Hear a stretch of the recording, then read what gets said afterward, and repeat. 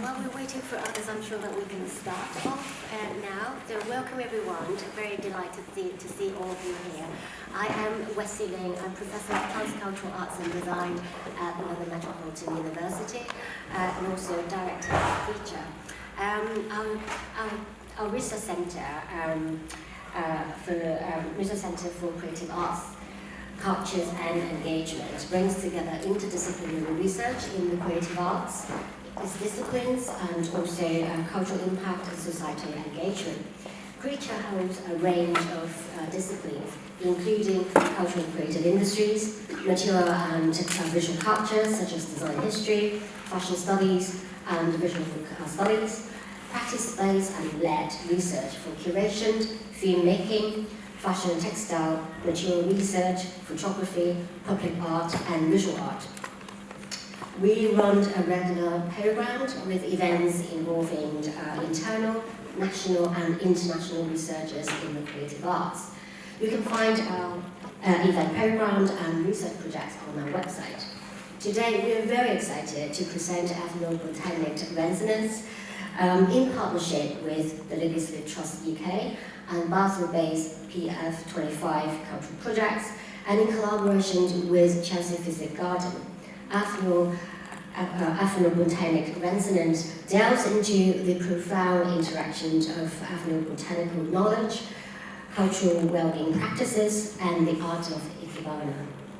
Ethnobotanical studies shed light on the worldwide acknowledgement of herbal bathing as a powerful healing practice embedded in various cultures. This practice impacts both our physical and psychological well-being. To set the stage, the very site that we are now sitting in, the wash houses, is the oldest public washing facilities in London since 1847. It couldn't be more fitting to experience the site-specific ikebana performance by artist Hedy Long, curated by Angelica Lee.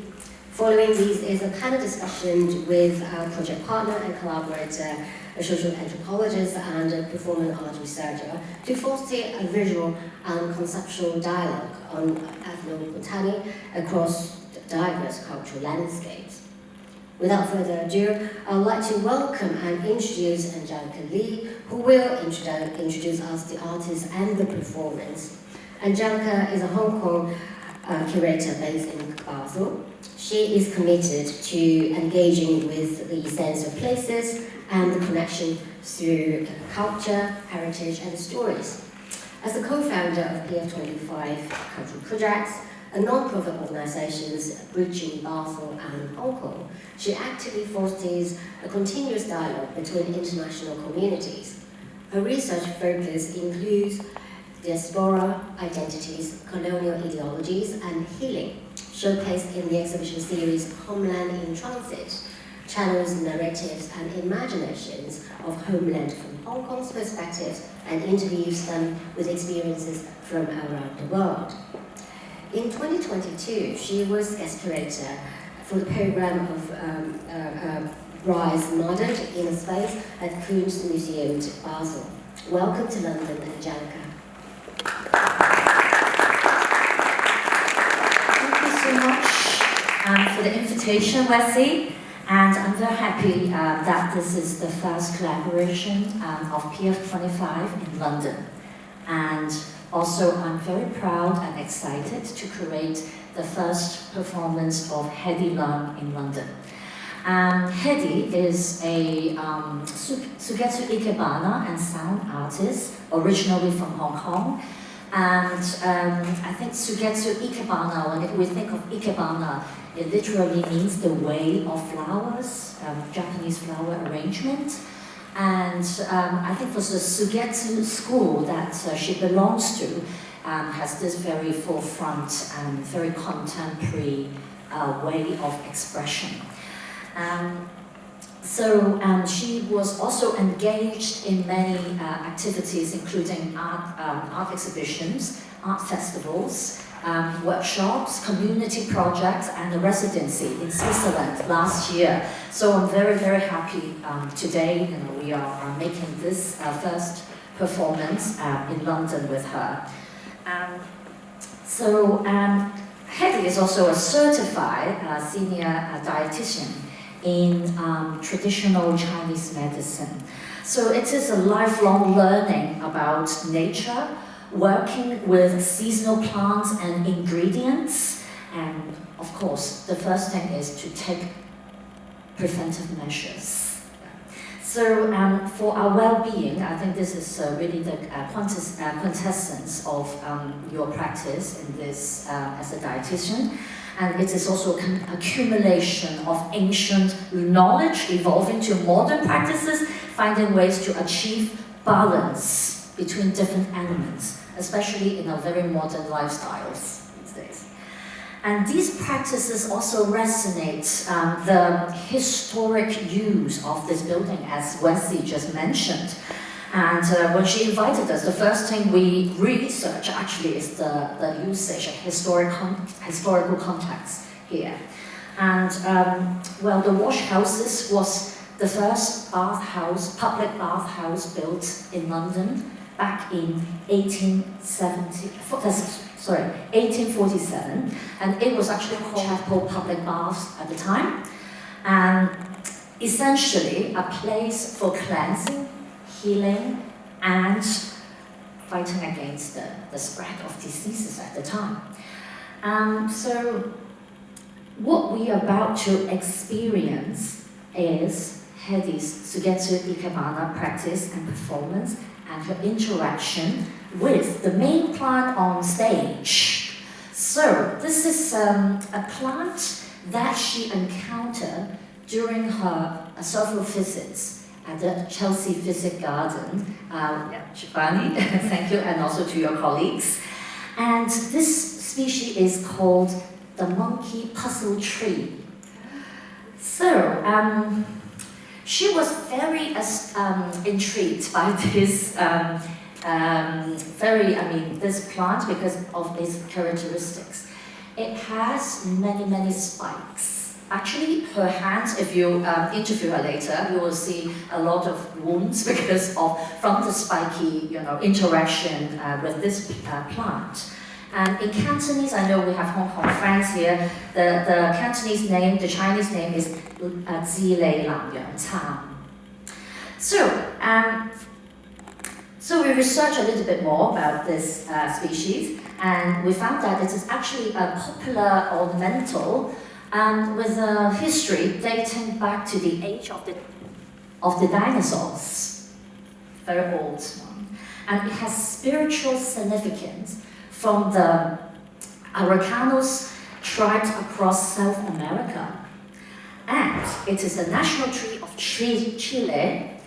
And although it has very sharp spikes, at the same time it offers tremendous healing properties because its resins actually heal wounds, and it has these nourishing qualities for foods. And so this then actually they were locked a lot by the European colonists for railway sleepers, pit props for mines, and making the structures of ships in the past, and then introduced to this country in 1850. So this is a story, and also how the artist reflects on the story of the plant. And she's also from a foreign place. Now she moved to London from Hong Kong in 2022. And reflecting on this is almost like this process of uprooting, transplanting, adapting to new climates, and of course there will be transformations of our nature and our identities. So I remember in one of the conversations with the artist, she told me, to understand is a ritual to heal. So I'm sure we will discuss more about this after the performance. And the artist now invites us to experience the quintessence of Ikebana. That is to live in the moment, now and here, finding a way of balance within ourselves, environments, and nature.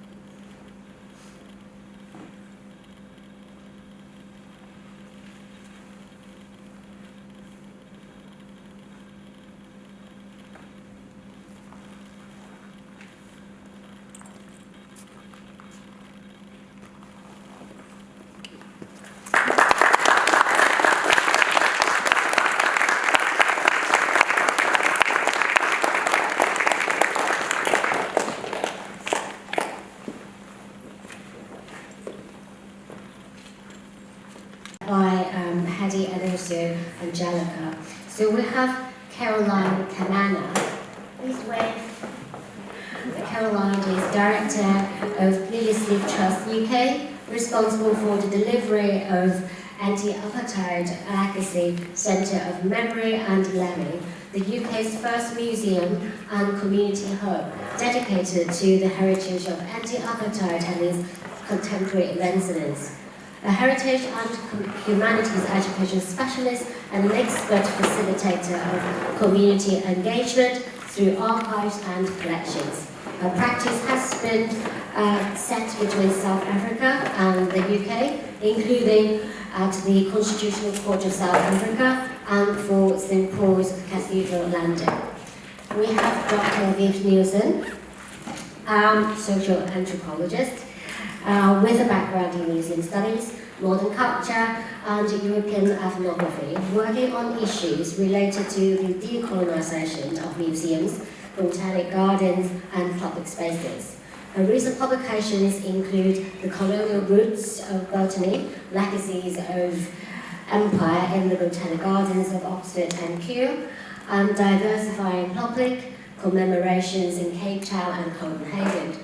She's a Carlsberg Foundation Visiting Fellow at the Peace Rivers Museum, University of Oxford, with a Junior Research Fellowship and the Lina Creek College. We also have Shivani Patel. Shivani is the Community and Youth Engagement Manager at Chelsea Physic Garden. She works with local organisations and charities to engage underrepresented and vulnerable audiences with nature. Shivani is an advocate for youth representation in botanical gardens and has delivered training to organisations across the sector and on how to engage and champion young people. Shivani can often be found delivering social and therapeutic agriculture workshops and created the first Win-With tour for Chelsea Physic Garden. And lastly, we have our colleague, Dr. Yasser Louis-Garville. Yasser is a reader in arts and performance at London Metropolitan University and Deputy Director of Creature. He leads the MA Public Art and Performance at our university, and his research specialism include public art, performative practices, contemporary museum practices, and artistic practice as research.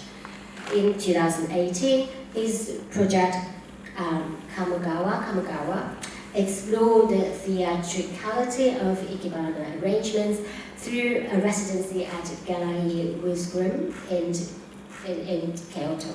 I know that I pronounced it wrongly, but yeah, you will correct me when in the panel.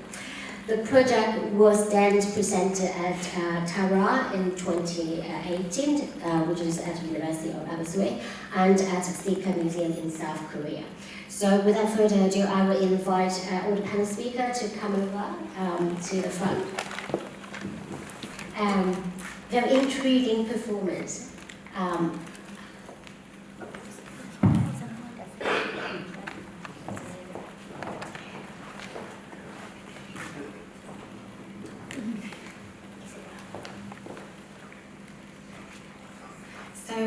Now ready. So that is a very intriguing piece of performance. I have to admit that this is the first time I see a Hetty's performance. I've read and also seen many of the pictures that she posed and also from her profile, but to really experience this site-specific performance is the very first time that I've saw. So thank you so much for doing that.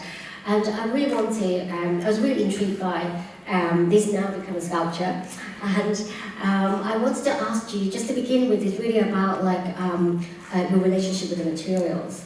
And certainly that also relates to what Angelica talked about, a tremendous ability of adaptation. And for the fact that these, I would expect that very often you get materials from somewhere that you might not necessarily expected. But how you deal with materials and how you come up with how you want to do in related to the performance and then eventually turn out to be the sculpture form. Yeah. Thank you very much for having me today. Actually, I didn't expect I had this fantastic material. So I remember today I visit Chelsea Physics Garden is really inspiring and really different from the others botanical gardens. Because it's like you enter to a household because it's like the entrance is like a house. So you walk in a house and then you see, wow, there's a very intimate gardens. And so it's amazing. In the gardens, there's a lot of different species from different continents. It's more like a small planet in this garden. So plants, I think, for that moment is really like our human beings. We have a different culture, and we cohabit in a small in this planet on Earth. So I'm thinking if I can get something. Some materials is really speak itself. Yeah, I'm looking for that materials, but I'm not quite sure if I can get it. But I was so lucky, and wow, then see something is really full of character.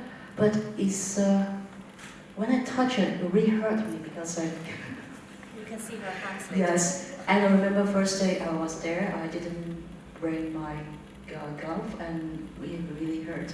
But I was really struggling if I should use this material because if I'm really afraid to touch it, how can I do the performance? So anyways, I brought it home and then I studied a bit and I'm still struggling. And the second visit I went to Chelsea Physics Garden. There's a lot of monkey petrol tree again. I said, well, then I get it and then I try to get back home and figure it out how can I deal with it. And then I engage with it and take my action and touch it and then I face the fear. So I find a way how to deal with it, to remove all the leaves and then I see, oh, what is what is the pattern or what is the new perspective of the plants. So I discovered something very interesting, and then that is the star for my performance. Then, so this is how I encountered this monkey puzzle tree. And when you see, during the performance, you saw me using the plant to hit myself. I didn't mean to hurt myself, but because in our Chinese culture, we use a banana leaf to cleanse ourselves before Lunar New Year. We have a hope. We want to have something good happen on us, bring us luck. But it's more like ritual and it's more like hope. For me, real hope is not just something I wish something. I need to take action and engagement. So this is the real hope.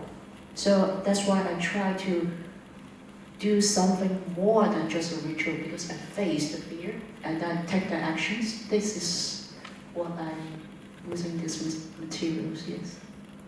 Thank you. I certainly find it very intriguing that you hit yourself to begin with. but I also see these kind of tremendous relationship that you're building with the materials. So although you link on with the Chinese tradition, there's also tremendous sort of like connections that you are trying to bridge on with that. And that was something that you mentioned about, certainly one of the principles of Ikebana is about providing a fresh approach, and certainly that is one of the fresh approaches that you've presented. But at the same time, there's also aspects of balance. There's a lot of kind of balance that you are performing in these performance, and that is something I want to go back to Angelica. You have been curating quite a number of performances for Heidi's work, and Heidi may have a lot of experience working on different materials, but when it presents to you, is another type of balance that you need to kind of encounter.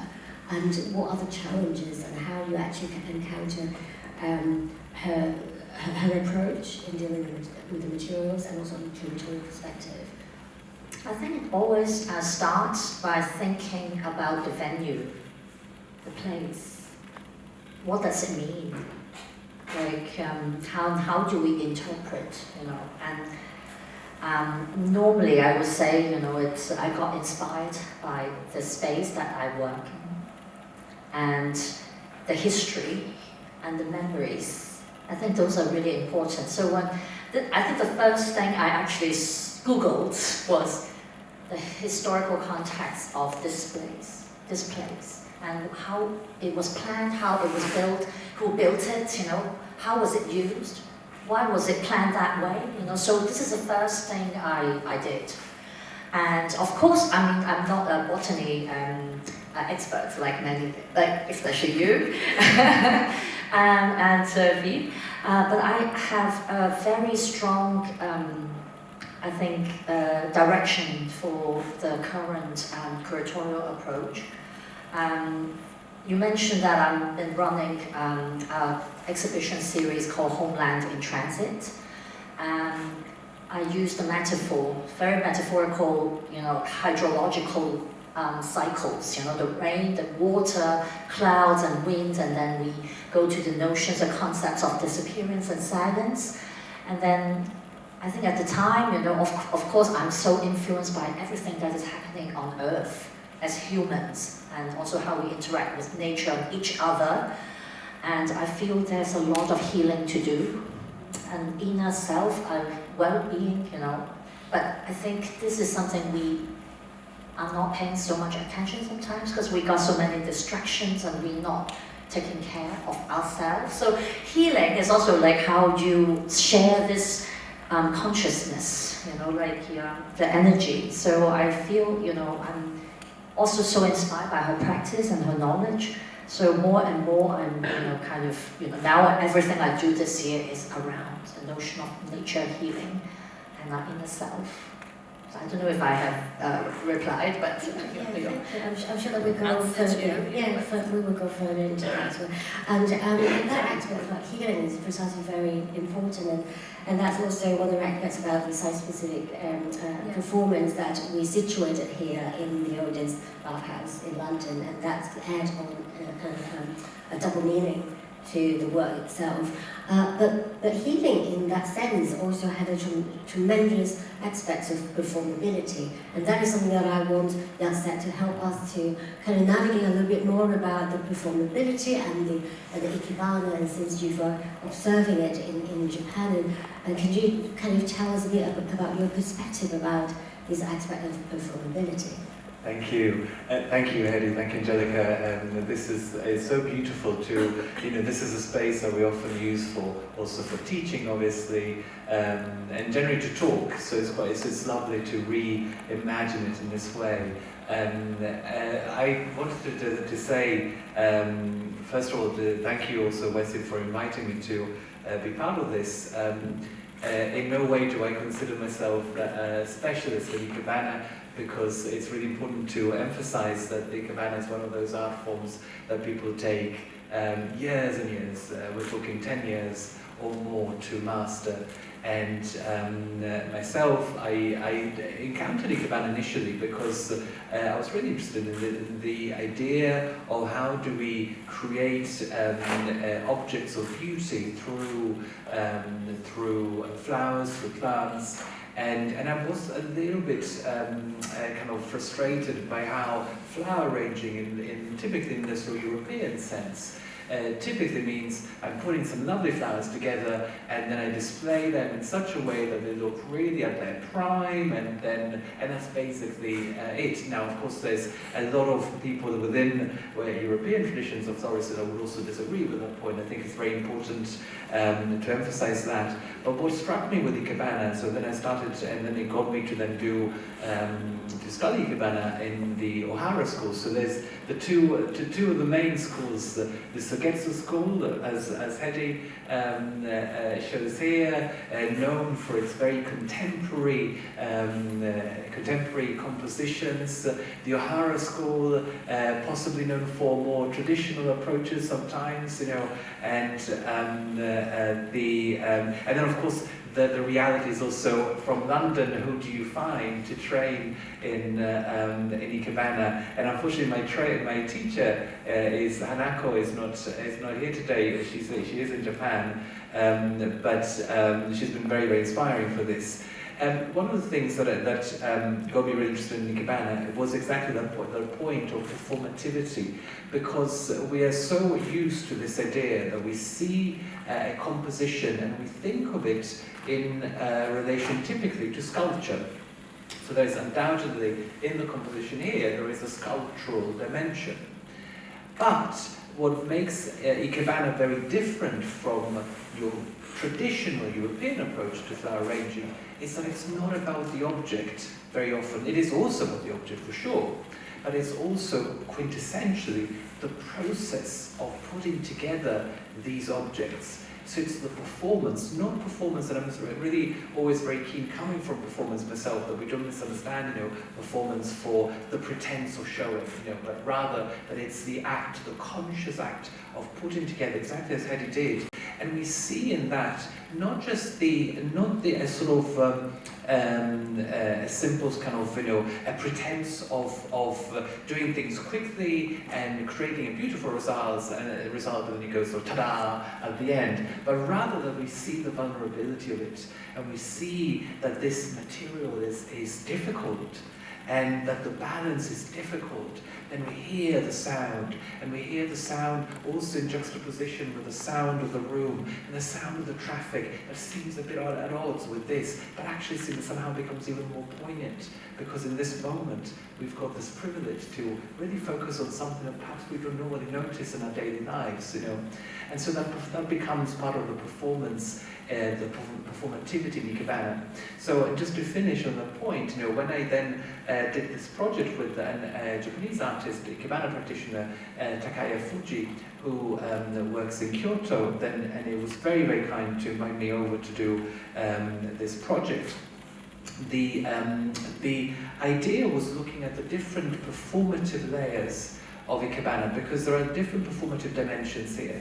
And I think Hedy's example is a perfect one to think of.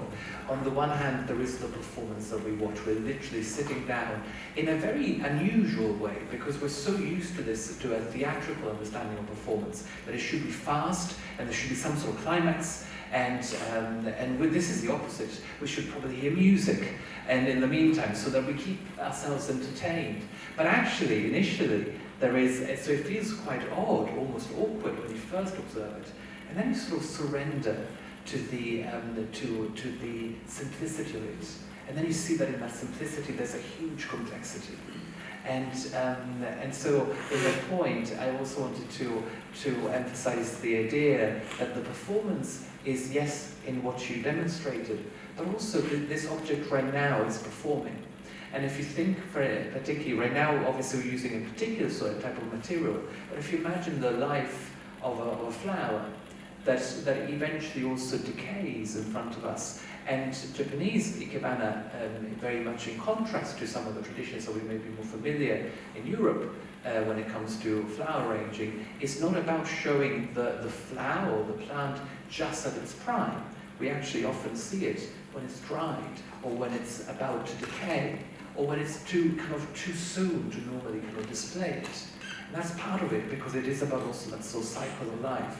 So to finish with, I also want to, first of all, to thank Hedy, but also, to finish my point, by the way, not everybody else, but I also want to say thank you to Angelica for curating the concept that this is not just an object, and therefore that the performance becomes just, if not even more important than the final object that we see at the end. So thank you. Thank you, Yatsen. I really like your point about there being surrender into the silence, the balance, and the vulnerability, and that was something that exemplified excellently during the performance. And that really drew me to think about the difficulties of the material. I mean, as Angelica said, and also had you shown me your hands is possibly all damaged by these very violent materials. And that kind of drew me to think about the valence of many of these material in the botanical garden and also in our colonial past, especially with the materials now that's actually drawn from Chelsea Physic Garden, which also has another sort of historic past that could draw onto these process of becoming sculpture or the performance as such. So I wanted to ask Viv about these aspects of the valence of the botany, and how we could actually how these connected to the past and resonate with the present.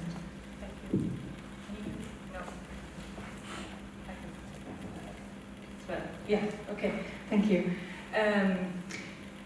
Yes, so in my research I've been focusing on museum collections and their colonial legacies, and only recently, within the last 2 years, I took this research that I've primarily done in ethnographic collections like the Pitt Rivers where I'm based, and art historical settings into the sphere of the Botanic Gardens, which obviously also have heavy colonial legacies, that has perhaps to a lesser extent been dealt with actively in terms of how you present in this case plants instead of objects to visitors, and how you engage with that. There's been, it seems, this idea that a visit to a botanic garden should be a walk in a park, a pleasant experience, where we can't necessarily deal with the darker sides of history. I find it very important that we also, in a botanic garden setting, deal with these legacies, and I'm pleased to see that many botanic gardens are heading more and more towards that direction of opening up the narrative and including histories that were shied away from for many years, where many plants were, and to a large extent still are, presented as the beginning was the discovery, and this is a plant called so and so in Latin, and not much about this plant. Possibly, well, most likely had another name, another use, where it was sometimes violently taken from. So that's definitely something that's now becoming more and more evident in the curation that goes on behind the scenes in botanic gardens, a development that I'm happy to see evolving. Yeah.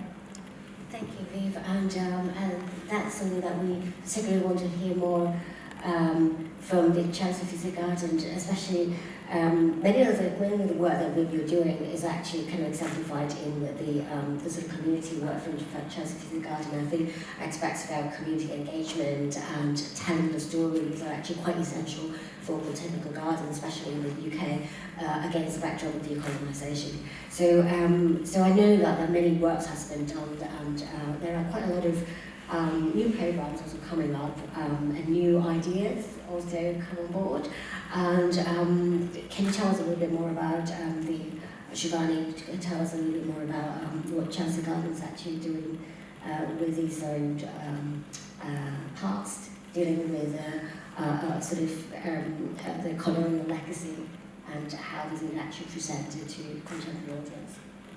Absolutely, yes. Thank you everyone. It's a privilege to be here. Wesley, thank you for inviting me. Hedy, it's a privilege to see your performance. This is my first experience at the Botanic, so it's fantastic.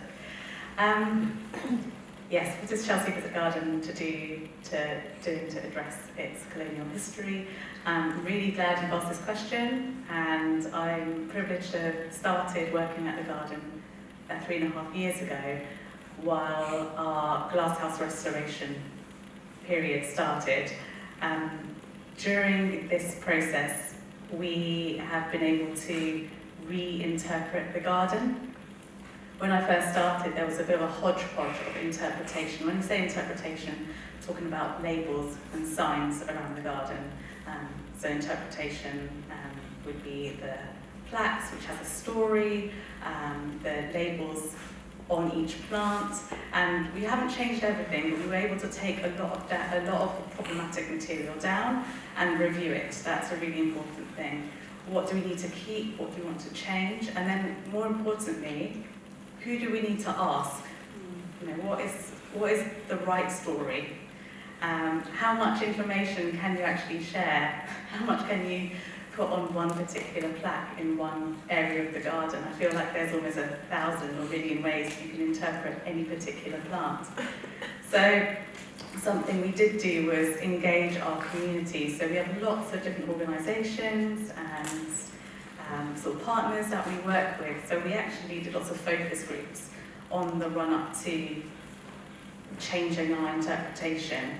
And it wasn't just a, meet one focus group, job done. It went through iteration after iteration.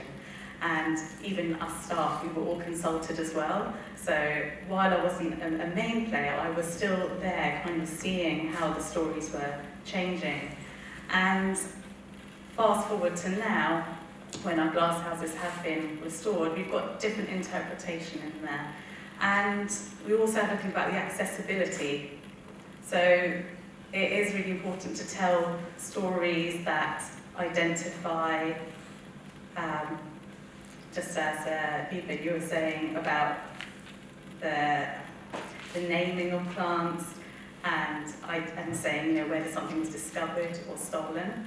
So we're able to tell those stories, but you also want to be able to tell it in a simple language that the majority of people can understand. It is a challenge, and the job's not done, and I want to acknowledge that. It's constantly changing. We've just been able to interpret a small part of our garden, that's the glass houses. We've got to do the rest of the garden. And right now, I'm in my, I saw the garden in its 347th year. It's now 351 years old. Physical attachment to the plants, and that the plants are actually enabling them to tell their stories, and without that tangible link literally to the earth, they're unable to share those stories amongst the community with their children, elders to children, and the idea of bringing their family, who may not have been able to get to South Africa, or very rarely, from the UK to a space where South African plants grow, and to share those stories. Has been very special, but the project itself with students from London Metropolitan University, who are postgraduate illustration students, were able to hear the stories of the South African community and visualise those in contemporary responses, and so have created a series of drawings, new drawings, quite different from perhaps the sort of traditional botanical collections that you might expect. A little bit like the contemporary practice of Ikebana here, where you're creating something new and bringing a new audience to a natural material. That's what the students have been able to do with the stories that have been told. So the culinary, the medicinal, the traditional purposes and values of the plants that then give voice to a community whose voices haven't been particularly heard here in this place. So that's the first part, and could you just remind me the second part? The second part is the resonance, global resonance. I mean, well, you're talking about the botany, using botany in Chesapeake Garden as always like a means to connect with South African community, but also allow them with the kind of the healing process, which is pretty much like resonate with what Haley is doing here. I mean, despite the fact that these are not Chinese botany, but in many ways, I mean, that kind of healing properties is actually very prevalent during this process from start to end. So I was just wondering, from what you're doing with the South African communities, and also especially for the centre that you are establishing out, and what the kind of global resonance that you can learn from. I think it's not really, well, it is a global resonance, but I think it's a universal resonance that we're finding, is that the connections and the sense of connection that occurs when in contact with nature is really very, very strong. And it's been a process of consultation to get us to the stage where hopefully construction on the site starts very soon. But for those of you who don't know, the physical space, and talking about the history of the physical space where the performance occurs, is also relevant to us in that the site that we're developing was the African National Congress's London headquarters, and that we are redeveloping into a centre engaging the heritage of the international solidarity movement with the Black Led struggle in South Africa, to empower contemporary communities, so not just the South African diaspora community, although it's very important for the development of the centre itself, and part of that centre is an outdoor space. And I think that's what I'll sort of pick on here. So the site is in Islington, so not so far from here. And Islington has the least green space per capita of any local authority in the country. And by bringing another space into opportunity for sort of public engagement, we believe is a really important factor. There are plenty of gardens in the borough, but not always well resourced and not always accessible by the communities who need it most. And Islington suffers from huge depravity, and really having a space where you can connect with nature is extremely important. And I think therefore we have to consider what is going into that space. And that's where those conversations and that engagement has been very, very important. And the idea that yes, there are indigenous South African plants that grow well in this environment, but really sort of picking those in consultation with the communities who are very much at the heart of the heritage is super important.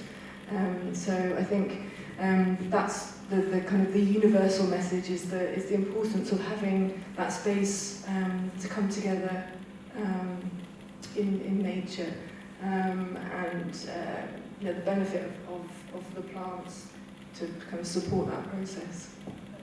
Thank you, Caroline, and I think that really helps us to wind these aspects about like the nature actually ties us up together, and I think for the performance actually is a very good example to exemplify these aspects of harmony, balance, and the nature that are around us that Hedi's actually bring us all together. So I just thank you so much, and also thank you so much for the panel. But we're not at the end because we will have some time open up for questions on the floor. Yeah, we are in time, so we could actually welcome some questions. Are there any burning questions anybody wanted to ask? So quiet.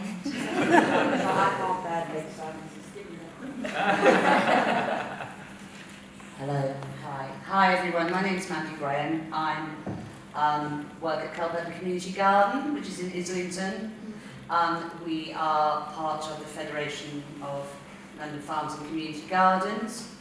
The big difference about our garden, named after the famous herbalist who used to row down to the Physic Garden to get his herbs, is that we are open to the public. There are other community gardens there. They put the community in there because they do work with the community, but our USP is that we are open, that we're all open every day, kind of dawn till dusk thing. It's really, really important, I think, that people have that access. You're completely right about Islington, it's in Islington. Unfortunately, we do struggle with the value, how it's valued, unfortunately. There's been a big movement, as you probably already know, local authority cuts, and what's happening is parks and squares being looked after by friends groups. But anyone who is part of a friends group will know that we're looking at very, very little diversity. I mean, the majority of them in our borough are run by white people, elderly, retired, and they do a really splendid job. But as we know, if you don't recognise yourself in that powerful garden why should you want to go there? And unfortunately, we've just had our fun, you know, the little paltry amount of money that Islington Council gave us, I don't know if there's anything here, the borough, I'm kind of broadcasting this at every moment, 10,000 measly pounds a year has been cut. So we're really struggling at the minute to all the things that you said, Siobhan, about the healing process and stuff. It's so important, and even just, you know, not even handling a seed, just sitting in the garden can be so helpful. So I was just going to ask you about the museum. Will it be openly accessible? Will people be able to wander in and out? Yes, so there will be no charge to come to the museum space out of the building or the garden space, which will be open the whole time when the building is open, which will be 6 days a week. Okay, fantastic. That's great. Sorry, that was more of an announcement than a question. Anyway, I've got some flyers here. I have to go, I'm afraid. I'll just leave them at the back. If you're interested, please pick one up and come and see us. Like I say, open dawn till dusk. Fingers crossed. And thank you so much. Very inspirational. Thank you. Thank you for your contribution. Microphone person. Sorry, excuse me, I really have to go. Thanks for joining us, Mandy. Thank you. I'll leave my flyers by a couple of minutes, yeah? Thank you. Thank you so much for your presentation. You were very right in that it teaches you calm. You don't realise how your brain buzzes around. I was at nerves at one point. I was like, oh, please don't put down. but then I had to breathe. Like somebody said, just breathe. I mean, breathing, I'm watching you, and I'm like, wow, actually, I understand the whole balance. It was fantastic. And as the lady says, we're very disconnected. How do we engage people into gardening again, or becoming, because I think it's very, grandma and granddad do that, that's not a, so how do you, because for me this is a very, even though it's traditional, it's still very, for me, new is modern. That's something I've never seen before. And it's something I would get involved in. So how do we bring the practice and connection of botany to young people and of all ages? How do we bring it back, because it's important. We need it. We're so disconnected, it's nearly stupid. We're more connected to our phones than we are to nature, which is really sad. So what other initiatives are there to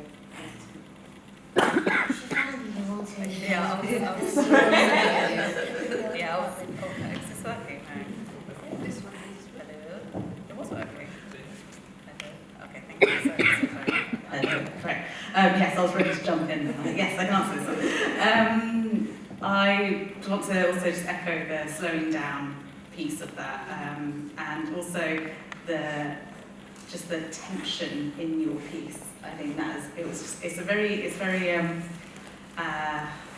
symbolic of storytelling in a garden and those voices, and I just felt the tension. Yeah, it's very symbolic. That's just what I was going to say that. But also, yes, accessibility. That's a huge thing in terms of green spaces, gardens.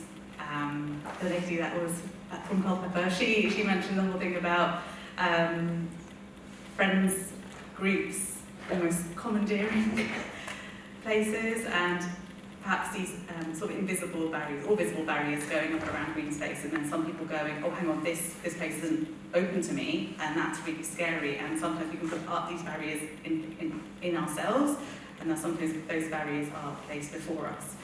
So accessibility is a huge thing.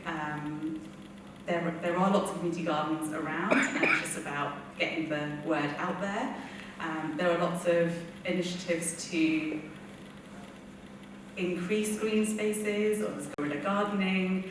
There's community programs like mine that I run at Chelsea Visit Garden, where if you are a underrepresented group or a youth group, you are likely to, one, get in for free, and two, do a activity at the garden which is going to help you connect with the garden, because when I was a kid, I didn't care for plants. I didn't care for gardening at all. It just wasn't my thing. I needed a bit of hand-holding. I needed someone to tell me a story about a plant or give me a fun fact to get me into it. And so I realised that about myself as a young person, whether that's museums, botanic gardens, and so I just use that bit of information and apply that to the young audiences that I interact with, but also to any age, because there are so many people who think, oh no, gardening's not for me. And it's like, well, you are part of the earth and you can relate to plants, everyone can, and it's just about first getting them into a green space and just having a little chat. It's a little secret, walking around in a really slow way around the garden. Before you know it, an hour's passed and they're like, oh God, I have to go now. I'm like, you don't have to go, you can stay as long as you want, you can come back again. And that's it, it's just a little bit of facilitation can get people into nature. But it's active facilitation rather than passive. Sorry, I've got a second one. Thinking on biophilic design within the home, how could you, because I'm fed up of green walls. I'm so fed up of seeing green walls. I'm done. I'm like, no, I don't want to see another green wall. There's got to be another way to bring. And to be fair, like you said, I a couple of years ago said, oh, I can't do gardening. Now I've got 10 plants in my house, and they're still alive, so I must be doing something. So, but how would you? Because I believe again, healing and plants and such. How could we? If I had this in my home, as much as I love it, even my dogs are going to be sold because they'll break it. One of the two. But how do we? I want to bring more plants within, or how do I say, a connection within the home. How can we do that more? Because even, do we have enough? Like we've got this here, and this is by sheer accident. I just happened to like, oh, this is interesting. Even programs within the university. Is there anything that we can do more to get people? Like, I don't know, make it like funky and then really say, right, get your hands dirty. I don't know what we can do. But then how can we also connect this beautiful demonstration into a biophilic design? I don't know. Did I go too far? Sorry. It's kind of. I'll try. Thank you. I'll try to answer. I'm not an expert in biophilic design, but I can definitely attempt. I think the point you were saying about how do I an object like this in a home would be and I think it's important, like we were saying, this idea that actually the object becomes, this will have a life, and we can obviously, it can be, particularly with these materials, that can stay for as long as we like. But equally, it's just as important to think that the process, there's some beautiful icabanas that are done in tiny scale, and then others that are in huge scale, and I think that's sort of the idea that you do it regularly, almost as an act of meditation in a sense, becomes so therapeutic, and it makes you reconsider. Think, to go back before to the point that so often we think of gardens and we think gardening. When I was a child, I hated gardening, and partly because it was always presented to me as a chore. And I'm not, I'm not very good in botany in the sense of knowing which plant is which necessarily, but I just love the way the shapes and again I love this sort of the process of putting these things together. So I think to go back to the point also about the question of how do we ensure that there's more people that can engage in this type of work is precisely as you were saying, that this idea of diversifying the programming. So it's not just about how to garden, but it's also about why not have ikebana performances, but also even just reminding people that just being there is so important. There's so many efforts. I work with an organization called the line, that's also partnering with our research centre, and they've got lots of sort of green spaces as part of a public art walk, and it started to include things like apps where you can sort of follow the line through meditation and walk and do a meditative walk. So I think the more we find sort of we get creative, and in a way that's the fun bit, you know, to get creative, to find different ways in which to use that, and of course in design as well. So it's not my area, but I absolutely think that could be a brilliant way of doing it. You know, to go back also maybe to also say that sometimes, you know, flower when you think of flower arranging in again particularly in a sort of European sense. One could think, of course, you know, in an environment that's so fragile, do we need to grow flowers just to cut them and place them in lovely vases? There is an easy answer to that, which of course we don't need to. But there is also, and then that's in a sense, that's also why I find Ikebana so inspiring, because it doesn't stay on, it can use beautiful flowers, but it doesn't stay stuck on just growing to cut and display. But on the other hand, there is something about the way that Hedy, for instance, showed us today in taking so much care of the material used. But I think it's also really important and I think it does have an indirect impact on the way that we see the environment, because we're literally respecting every moment, including down to the point where you took so much care in removing items to keep the performance space, you know, open, you know. So hopefully it goes somewhere to answer this. I just want to add one step, you know, part of the process, just to, you know, follow up on what you just said. Actually, all of the materials were collected from the compost, the green compost, and then they were all taken care of. I would say that is part of the, you know, already the performance started way before today, because Hedy has to go through the cleansing part of every bit of the plant from the compost, so that they will not deteriorate or carry disease or, you know, infect other plants, you know, in the area where she was storing them. So I think this taking care, this, you know, I think it's very moving. It's also part of a process, therapeutic process, healing process. And I really feel, you know, so strongly about, you know, the notion also of, I think nowadays we try not to talk about or think about things that might hurt us. Or even with your closest friends, something maybe you cannot discuss anymore. And I think this is a way to inform me that, hey, you know, you have to be, you know, be a bit, you know, have this courage to do so, because without understanding, without communicating, without connecting, you see these points, when she's still really meticulously connecting the plants, we need to not be afraid. Yeah, you can be careful, but maybe don't be afraid. I mean, otherwise if we're always thinking, okay, I can get hurt, I can get stung, and you don't find a way, you're not creative enough to find a way not to get stung again, not to get hurt, and then you got to understand. So that's why when I quoted her, you know, it's to understand is part of a ritual. I think this really moves me.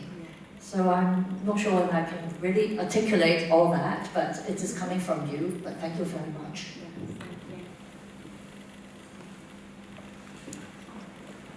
One more question, yes, please. Hi. It's not really a question, like always. It's more like adding a dimension. This has been so interesting, and for me it's also been reconnected with something that was a bit long forgotten. 20 years ago I did my degree and I did a dissertation. My fieldwork was in Ethno Botanic. I've done nothing about it since, but, but I was really reconnected with this. And one of the experiences that I found that this work also offers is the dimension of being intergenerational, and how that is important as well, because there is so much that has to do with the vision of the world. And I remember at that time in that field work talking with informants and asking them about plants, and it wasn't really about the plants. It was about the vision of the world and how the plants were just symbolizing the world. So there was a system of cold and hot, and there was all sorts of systems. I was in Argentina doing this field work. And I think what was interesting when we were then, we brought back to this type of knowledge and kind of like knowledge that is transmitted, and talking with, I did some workshop in schools, and it was this thing of like, you don't know about this thing, you need to ask someone else. And when you go and ask someone else, most likely will be your mother, your grandmother, there is that uncle that knows everything about it. And so there is this whole idea of like reconnecting with kind of old knowledge, not old knowledge, sorry, like traditional knowledge, but also reconnecting with this level of, the intergenerational part of it that I think is in itself as well. The connection with those stories and that storytelling is in itself as well very healing. So thank you very much for this evening. Sorry, there isn't a question, but I said it.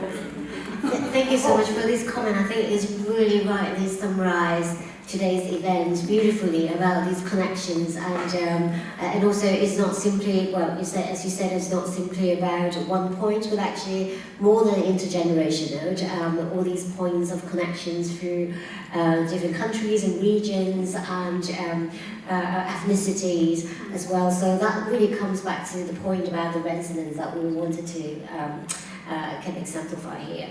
So I would like to. Oh, one more. Okay, yes, please. Yeah, It's also not a question. Apologies. What was really quite interesting is hearing about, these places where plants are. And in my community, my parents, there is I don't know whether it's a history or tradition, but of bringing plants from homeland. So in my community there are pockets of little physic gardens, but in individual back gardens. And whether there's a way of somehow connecting that to that, as a moving forward, because you have a space where these stories can be told through plants or through experience, but there's also the actual home plant, because, for example, if my mum wants some time, she'll pop a phone call to so-and-so down the road in another town to, when your daughter's coming by me, can she bring some of that? There's all these kind of little pockets of histories that are around as well. So I just wanted to interject that also into the pot. Thank you, Liv. And this is about connecting the dots. I think eventually we're all connected. And can I draw a close? I know that we're running a bit off time. I don't want to just see all of you going away. So we may as well close, and perhaps we could have a little bit of chat with the artists if anyone wants to come over, have a sort of private conversation.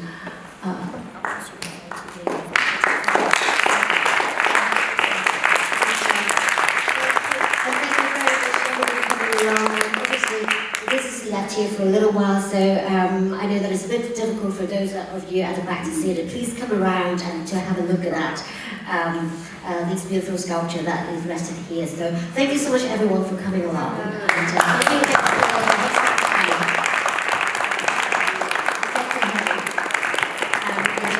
And,